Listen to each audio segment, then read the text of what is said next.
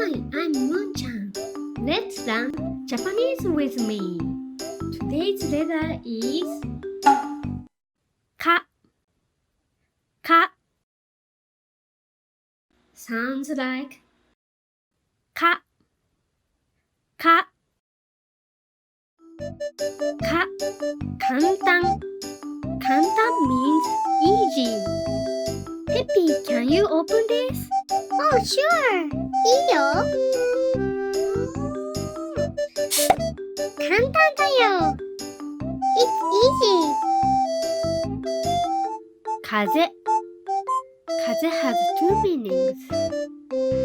Wind or sickness. あっちゅ風邪ひいた。I have a cold. 辛い。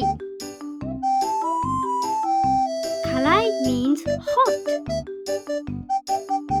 Snack time. 辛いよ。Let's write か。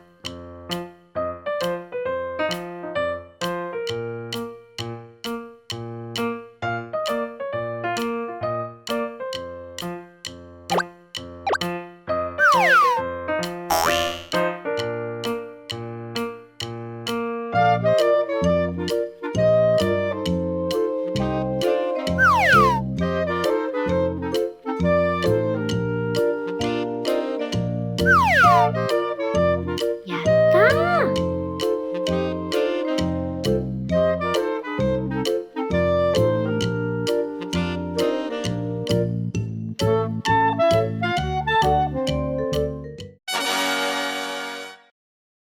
か。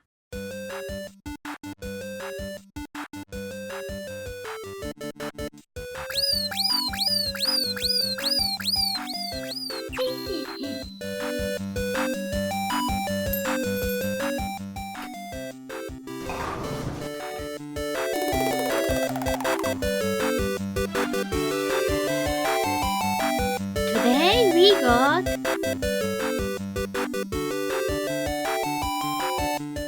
かぼちゃ。かぼちゃ means pumpkins. You did great today. See you. またね。